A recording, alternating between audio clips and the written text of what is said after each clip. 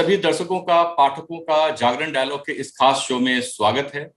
Corona की दूसरी लहर थोड़ी कमजोर तो पड़ी है, मगर कोरोना का खतरा अभी भी हमारे सामने है और सामने है इससे जुड़े कई सारे सवाल जो लगातार हमारे सामने आते रहते हैं। कई सारे व्हाट्सएप ग्रुप के थ्रू, कई सारे सोशल मीडिया के प्लेटफॉर्म के थ्रू और कई सारे हमारे इंडिविजुअल टॉक्स के थ्रू।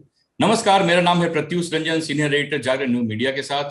आज के जागरण डायलॉग्स की इस विशेष चर्चा का विषय है एडीई, यानी एंटीबॉडी डिपेंडेंट इनहैंसमेंट। इसका कोविड-19 के समय में रिलेवेंस। हम करेंगे बच्चों के ऊपर दूसरे लहर के कारणों की बात और तीसरे लहर के संभावना और वैक्सीनेशन के ऊपर चर्चा। आज हमारे साथ हैं Indian medical science and research की फील्ड का एक वेल नोन फेस, डॉक्टर अनुराग अग्रवाल। डॉक्टर अनुराग का मैं परिचय अपने दर्शकों से करा दूं। Doctor Anurag is director of institute of genomics and integrative biology, IGIB. IGIB is an institute under the Council of Scientific and Industrial Research, CSIR, and it has been sequencing the SARS-CoV-2 genes to understand how the new variants are working. Dr. Agarwal is the co-chair at the Lancet and Financial Times Commission on Governing Health Futures.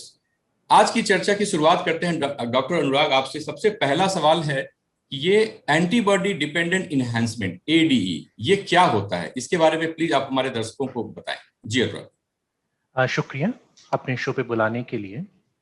आप सही कह रहे हैं कि ये शब्द ADE आजकल हर जगह घूम रहे हैं। इसका एंटीबॉडी और एनहांसमेंट ये दो की शब्द हैं। तो होता ये है कि जब भी कोई वायरस फॉर एग्जांपल होता है, कोई बैक्टीरिया भी होता है, तो एंटीबॉडीज बनते हैं। आशा होती है कि वो एंटीबॉडीज उस वायरस से अच्छी तरह बाइंड करेंगे, उसको न्यूट्रलाइज करेंगे, मतलब उसे असक्षम कर देंगे। जबकि ऐसा होता है तो एंटीबॉडीज का फायदा होता है। लेकिन अगर वायरस बहुत बदल जाए और एंटीबॉडीज उसको बाइंड करके असक्षम करने की जगह विफल हो जाए, तो ये होगा कि एंटीबॉडी इन्फ्लेमेशन तो क्रिएट कर सकते हैं लेकिन वायरस को असक्षम नहीं कर सकते। तो उनके होने का फायदा नहीं, नुकसान होता है। लेकिन ये तब होता है अगर वायरस पूरी तरह बदल गया हो।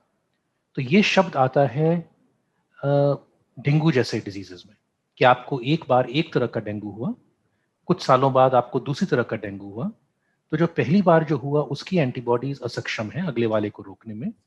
लेकिन उन एंटीबॉडीज की वजह से, जिनको हम नॉन न्यूट्रलाइजिंग एंटीबॉडीज बोलेंगे, वो एक इम्यून सेल के अंदर घुस जाएंगे, जैसे मैक्रोफैज बोलते हैं, जिसकी वजह से इन्फ्लेमेशन बहुत बढ़ जाता है।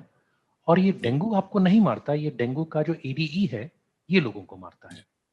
लेकिन ये सब कोरोना वायरस पे लागू होना चाहिए भी नहीं और अभी तक देखा भी नहीं गया। क्यों?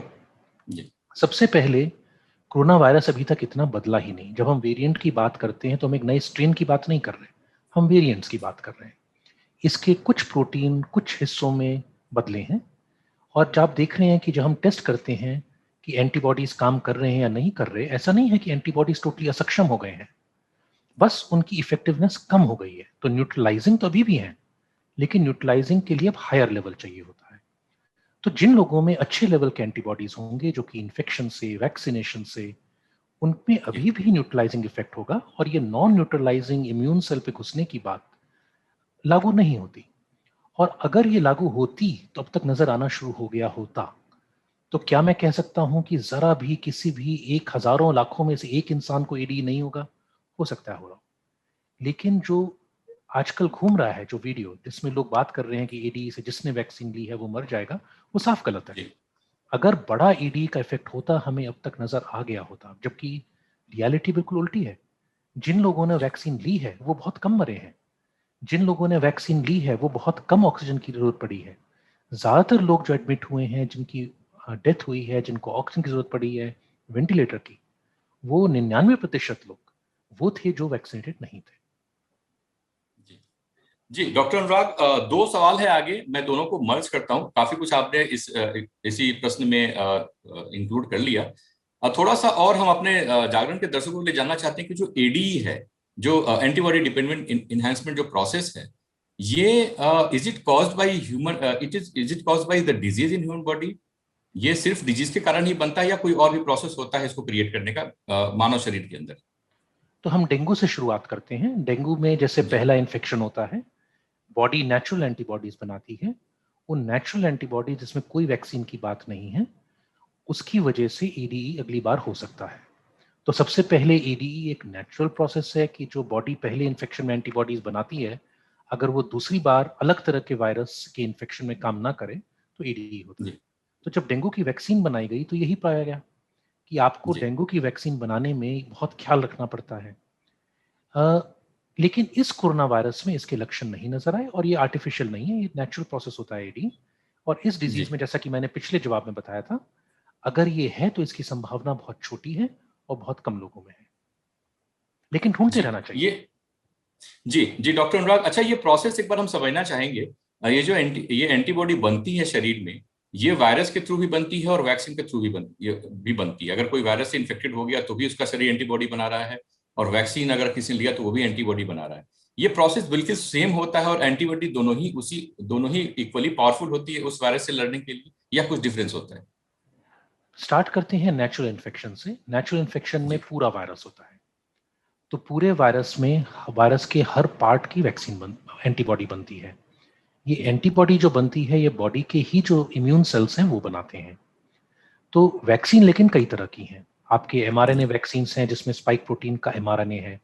आपके जी एडिनोवायरल डीएनए वैक्सीन हैं जैसे कि कोविशील्ड, उसमें एडिनोवायरल वेक्टर को यूज करके उसके वायरस के स्पाइक प्रोटीन का डीएनए अंदर दिया जाता है जिससे स्पाइक प्रोटीन के जी अगेंस्ट एंटीबॉडी बनती है।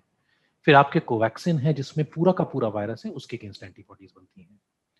तो जी ये ये एक तरह से नेचुरल है कि जो नॉर्मल इन्फेक्शन में होता है हम उसी को एक तरीके से प्रोड्यूस कर रहे हैं।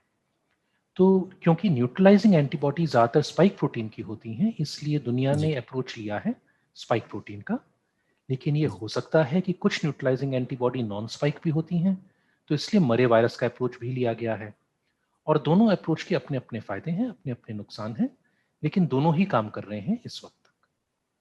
जी डॉक्टर अनुराग, जब वैक्सीन कोई लेता है, पहला डोज और दूसरा डोज, दो डोज लिए जा रहे हैं दोनों कोविशील्ड के और कोवैक्सीन के, तो पहला डोज और दूसरा डोज इसके बीच का गैप जो था वो पहले कम था, जो बढ़ा के करीबन 84-85 दिन या 3 महीना कर दिया गया है।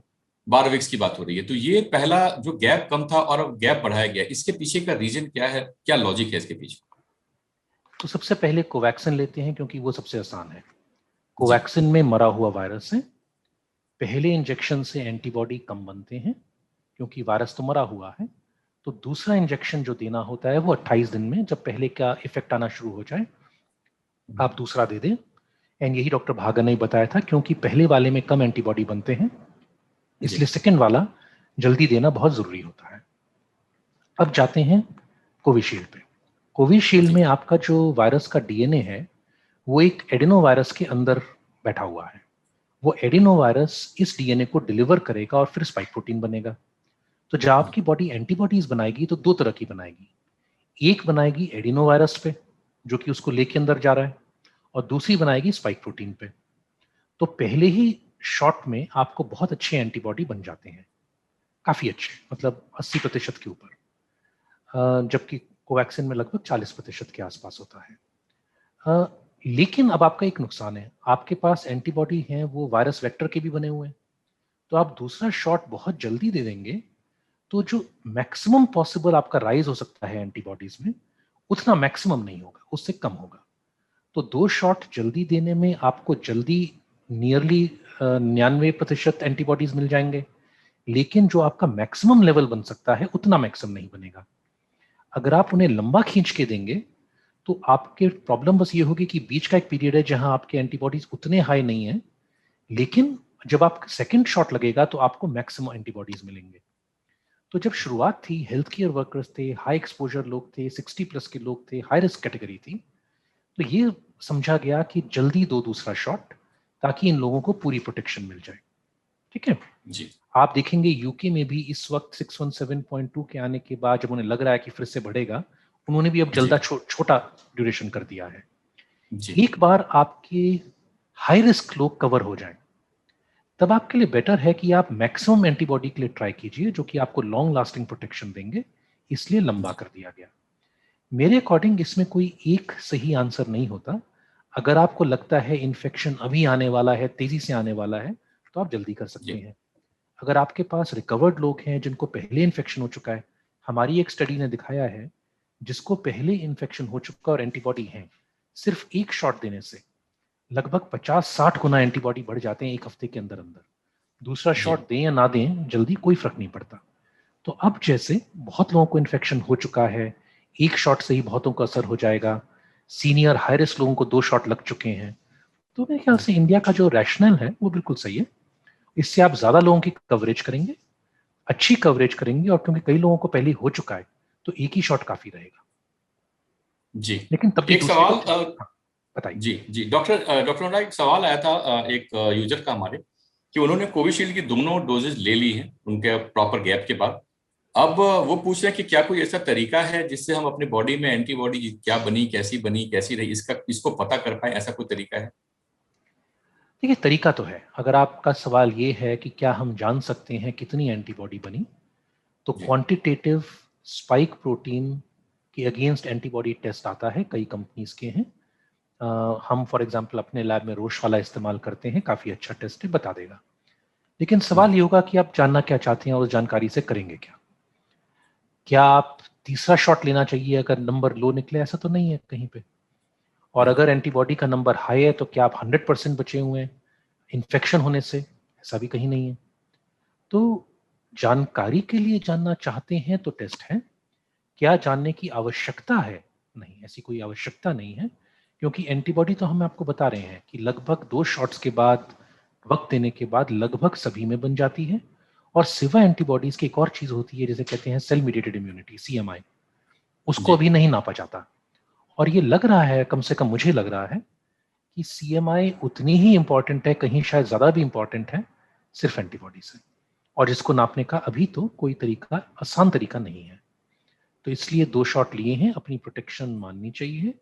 लेकिन ये मानना चाहिए कि प्रोटेक्शन है, 100% नहीं है। जी इन्फेक्शन के अगेंस्ट प्रोटेक्शन सिर्फ ट्रायल्स में 75% के आसपास आई थी।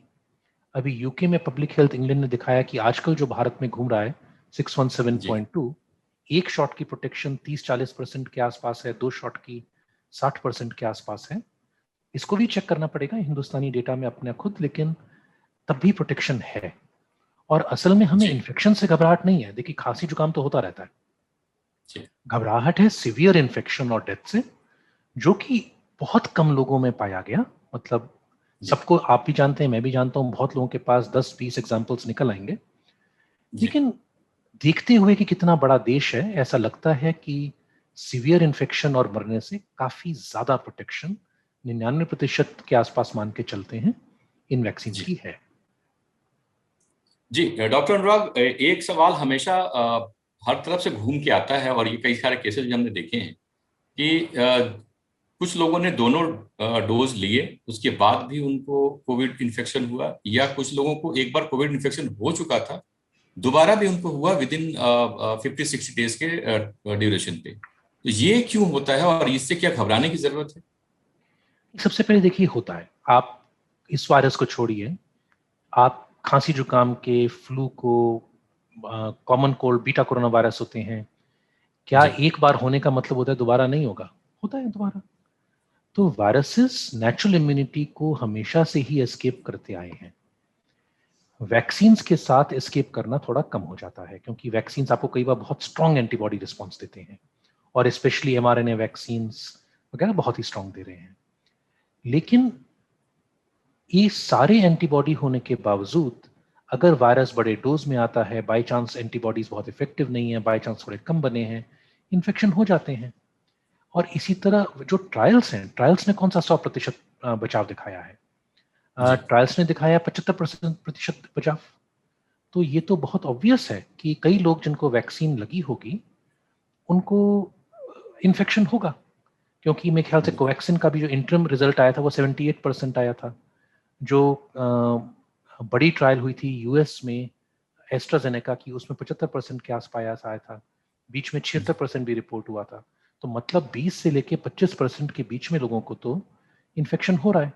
इसी तरह सायरा जी नाम की स्टडी हुई थी इंग्लैंड में। उन्हें देखा था हेल्थ केयर वर्कर्स को 6 महीने में 80% प्रोटेक्शन है इन्फेक्शन होने के बाद। मतलब 20% रिस्क रहता है। तो कोई जी सरप्राइजिंग बात नहीं है इसमें। जी डॉक्टर, हम आगे बढ़ते हैं। सवाल थोड़ा सा हम आगे थर्ड वेव की तरफ आते हैं। जो पॉसिबिलिटी बन रही है या कई सारी रिपोर्ट्स आ रही हैं कि ये हो सकता है। इससे पहले एक एक और सवाल है डॉक्टर की, दूसरे वेव, पहले वेव ने हमने देखा कि बच्चे खासतौर पे सेफ थे, उनकी केसेस ज्यादा निकल के नहीं आए। बट ये दूसरा वेव जो आया, इसमें हमने देखा कि कई सारे ऐसे केसेस हुए जहां पे न्यू बॉर्न बेबीज भी इन्फेक्ट हुए। तो ये रीजन क्या रहा जो बच्चे जो दूसरे दूसरे दौर में इन्फेक्टेड होते चले गए? इस सवाल को दो अंशों में बांट देना चाहिए। क्या ऐसा हम कह सकते हैं कि पहले बच्चे इन्फेक्ट नहीं होते थे? ये स्टेटमेंट ही गलत है। जी। जब जब एंटीबॉडी नापे गए तो पाया गया कि बच्चों को भी इन्फेक्शन होता था जैसे कि बड़ों को इन्फेक्शन होता है। तो सवाल ये है कि बच्चे बीमार कम होते थे, नॉट कि इन्फेक्ट नहीं होते थे। जी। तो अभी भी क्या हम कह सकते हैं कि बच्चे ज्यादा बीमार हुए? हम तो नहीं कह सकते। अभी भी आप किसी वार्ड में जाएंगे तो ज्यादातर तो एडल्ट ही नजर आएंगे, बच्चे तो बहुत कम है जी। सीवियर इलनेस वाले। तो ये क्वेश्चन न्यूमरेटर और डिनोमिनेटर का भी हो सकता है। पहले बच्चे थोड़े हद तक प्रोटेक्टेड थे, स्कूल कॉलेज बंद थे, सब कुछ बंद था। इस बार बच्चे are the major source of infection, क्योंकि बहुत बच्चों को इन्फेक्शन हुआ, सोसाइटी ओपन थी। अगर बहुत सारे बच्चों को, यंग लोगों को इन्फेक्शन होगा तो एक छोटा सा प्रतिशत जिनको सीवियर होगा वो आपको नजर आना शुरू हो जाएगा हॉस्पिटल्स में, वार्ड्स में। एंड क्योंकि पिछली बार आपका डिनोमिनेटर छोटा था तो हो सकता है आपको ना नजर आया हो। ये एक पॉसिबिलिटी है, मैं इसको कंक्लूड नहीं बोल रहा। लेकिन नंबर टू, एक और चीज है। अगर आपके सीवियर इन्फेक्शन ओल्डर लोगों में कम हो गए क्योंकि उन लोगों ने वैक्सीन के शॉट लेने शुरू कर दिए, तो दूसरी चीज फिर से आपको नजर आएगी कि जो आपको सीवियर इन्फेक्शन नजर आएंगे एक तरफ कम हो जाएंगे बड़े लोगों में। जब बड़े लोगों में कम हो जाएंगे तो आप अपने प्रैक्टिस में देखेंगे, अपने वार्ड्स में देखेंगे, तो आपको पिछली बार से ज्यादा बच्चे नजर आएंगे। तो आपको देखने में लग सकता है कि ये वाला ज्यादा बच्चों में जा रहा है। तो जब तक हमें एक प्रॉपर डिनोमिनेटर मालूम नहीं होता, जो कि सीरो सर्वे करने के बाद मालूम होगा फिर से, तब तक हम इसको ये कॉन्फिडेंटली नहीं कह सकते कि बच्चों में ये वायरस अब ज्यादा सीवियर हो गया है। हम सिर्फ ये कह सकते हैं कि हाँ, हमने इस बार पहली बार के कंपैरिजन में ज्यादा बच्चों में देखा, और वो होना ही था क्योंकि अब बच्चे बाहर थे, स्कूल थे, कॉलेजेस थे, बड़े लोगों ने वैक्सीनेशन लगवा ली, तो ये होना है। लेकिन ऐसा नहीं है कि मतलब कोई पहाड़ टूट पड़ेगा, बच्चे बहुत ज्यादा बीमार हो जाएंगे। मेरे ख्याल से ऐसा नहीं है। जी। डॉक्टर, अगला सवाल इसी से मिलता जुलता है कि बच्चों के लिए 18 साल से कम वालों के लिए वैक्सीनेशन कब तक आने की संभावना है भारत में? देखिए, आईसीएमआर तो ट्राई कर ही रहा है, क्योंकि जहां तक मुझे याद है उन्होंने एप्लीकेशन दिया हुआ है कोवैक्सीन का ट्रायल यंग लोगों में करने के लिए, भारत बायोटेक के साथ में ऑफ कोर्स। जी। कोविशील्ड मुझे नहीं लगता बहुत यंग बच्चों में आने वाला है। अ, उन्होंने कोई एप्लीकेशन भी नहीं दिया हुआ। उधर फाइजर जी। बच्चों में अमेरिका में इस्तेमाल हो रहा है, अभी तक कोई प्रॉब्लम नहीं नजर आई है, तो मेरे ख्याल से उसमें भी कोई इशू नहीं है। तो आई थिंक एप्लीकेशन पे डिपेंड करेगा। और अल्टीमेटली आपको दो चीजें बैलेंस करनी पड़ेंगी कि आपको इस वैक्सीनेशन से नुकसान का कितना रिस्क है और बेनिफिट का कितना अंदेशा है। और जी। जितना आप छोटे बच्चे की तरफ जाते रहेंगे उतना आपको केयरफुल होना पड़ेगा कि अगर लेट से आईएफआर बोलते हैं, इन्फेक्शन फेटेलिटी रेट, मान के चलते हैं अभी के लिए कि 1000 में से 1.5 लोगों की डेथ होती है रफली। जी। सीएफआर अलग चीज होती है, that is case fatality rate. लेकिन जैसा कि आईसीएमआर के सीरो सर्वे ने दिखाया था, एक केस के बदले 30 इन्फेक्शन होते हैं जो कि मालूम ही नहीं जी। होते। तो आईएफआर रफली 1.5 इन 1000 होती है। बच्चों के लिए 10,000 में से एक होती है, छोटे बच्चों के लिए। तो आपको ये देखना जी। पड़ेगा कि क्या आपके साइड इफेक्ट 10,000 या लाख में से एक के बराबर हैं या उससे ज्यादा हैं। अगर आपको लगे कि मेरा लाख में एक तो साइड इफेक्ट है और लाख में एक की प्रोटेक्शन है, तो आप सोचोगे कुछ ना करूं। तो जी। ये वक्त बताएगा कि कितना सिवियर है। जो पिछला, आपका पिछला सवाल का जब प्रॉपर जवाब आ जाएगा, तब जी। डिसीजन हम सही से ले पाएंगे कि क्या वैक्सीनेशन बहुत छोटे बच्चों को देने में फायदा है या नुकसान है। जी। डॉक्टर अनुराग, हम बोलते हैं दूसरी लहर, और अब बात हो रही है कि तीसरी लहर भी आ सकती है, तो इसका टेक्निकली मतलब क्या होता है? दूसरा लहर क्या होता है, और तीसरी लहर क्या आप देखते हैं ऐसी संभावना तीसरी लहर अगले एक में दो महीने 3 महीने में आ सकती है? सबसे पहले ये सोचते हैं कि दिल्ली में कौन सी लहर थी। अभी जो गई जी। लहर वो दिल्ली की चौथी लहर थी। पहली लहर थी जून 2020 में, फिर एक छोटी सी लहर आई थी सितंबर 2020 में, फिर एक बड़ी लहर आई थी नवंबर 2020 में, और फिर फाइनली अब चौथी लहर है। लहर इज बेसिकली ए वेव। जब आप इंग्लिश में जब आप इसका ग्राफ प्लॉट करते हैं पीक्स का, तो जो आपको जी पीक नजर आती है उसको आप लहर बोल देते हैं, बड़ी लहर छोटी लहर। देखिए डिजीज कहीं जा तो रहा नहीं है, वायरस है, जैसे कि आपने देखा जो लोग नेचुरली इन्फेक्ट हुए वो भी दोबारा इन्फेक्ट हो रहे हैं, जो जी वैक्सीन लग रही हैं वायरस इवॉल्व कर रहा है वो भी दोबारा इन्फेक्ट हो सकते हैं। जब तक पूरी पॉपुलेशन में इतनी रेजिस्टेंस नहीं आ जाएगी कि लहरें बहुत ही छोटी हो जाएं और नजर ना आए, या कि डिजीज एंडेमिक हो जाए, तब तक आपको छोटी छोटी एपिडेमिक लहरें नजर आती रहेंगी। तीसरी, जी चौथी, पांचवी, छठी, कब जाके डिजीज एंडेमिक होगा कहना बहुत मुश्किल है। जब हम सावधानी छोड़ देंगे और अगर हमारी वैक्सीनेशन, हमारी इम्यूनिटी पूरी तरह अच्छी नहीं बढ़ी होगी, तो इन्फेक्शंस के आउटब्रेक्स छोटे छोटे होते रहेंगे। अगर पूरे देश में एक वक्त पे हर जगह छोटी लहर आ गई तो एक बड़ी लहर बन जाएगी, और अगर जी अलग अलग जगहों पे अलग अलग टाइम पे छोटी छोटी होती रही तो नजर नहीं आएगी, तो वेव नहीं होगी। लेकिन आउटब्रेक्स 100% छोटे मोटे, मीडियम साइज होते रहेंगे, और इसके डिटर्मिनेंट्स होंगे हम अपनी तरफ से कितनी सावधानी बरतेंगे, और नंबर 2 कितने लोग वैक्सीनेट हो पाएंगे, और नंबर 3 वायरस में क्या बदलाव आएगा। जी डॉक्टर, वैक्सीनेशन से मिलता जुलता दो सवाल है। एक हमारे दर्शक ने पूछा है कि स्पुतनिक लेना, चूंकि ये भारत से बाहर की वैक्सीन है, सो स्पुतनिक लेना हमारे लिए कितना फायदेमंद हो सकता है, या फिर हमें भारतीय वैक्सीन की तरफ ही ज्यादा रहना चाहिए? देखिए मेरा इसमें कोई खास बिलीफ नहीं है कि हमें वही लेना चाहिए जो भारत में बना है। आप बहुत सारी दवाइयाँ लेते हैं जो भारत में नहीं बनी होती, आप आईसीयूज में वेंटिलेटर्स पे होते हैं जो भारत में नहीं बने होते। ये एक ग्लोबल प्रॉब्लम है। We have global organisation WHO जैसे। स्पुतनिक में एक फर्क है कोविशील्ड से, जो कि इंपॉर्टेंट फर्क है। स्पुतनिक में जो वेक्टर्स हैं, पहले डोज और दूसरे जी डोज में फर्क है।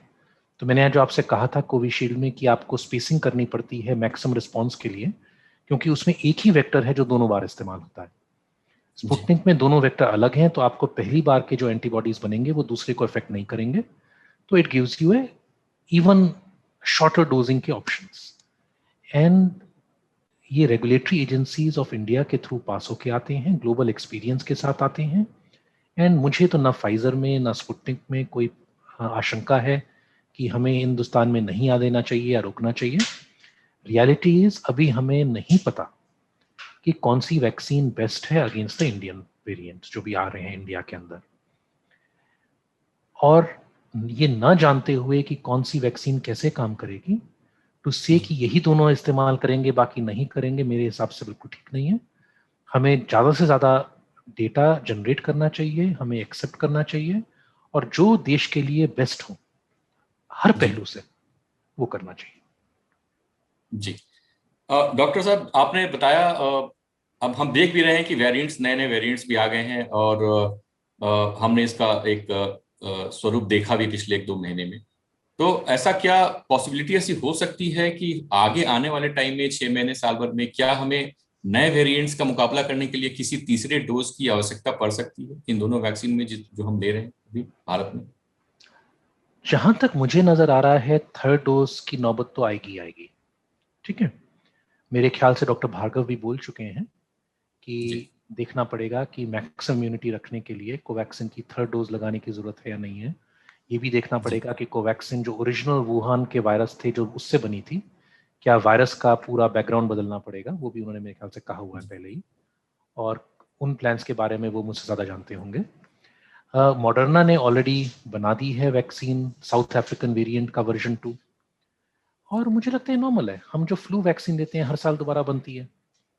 मुझे कोई रीज़न नहीं नज़र आता कहने के लिए कि क्या इस वायरस में पुराने वायरस की जो हमारी नॉलेज है कुछ का ज़्यादा फर्क निकलेगी। वायरस बदलेगा, एक लिविंग ऑर्गेनिज्म है।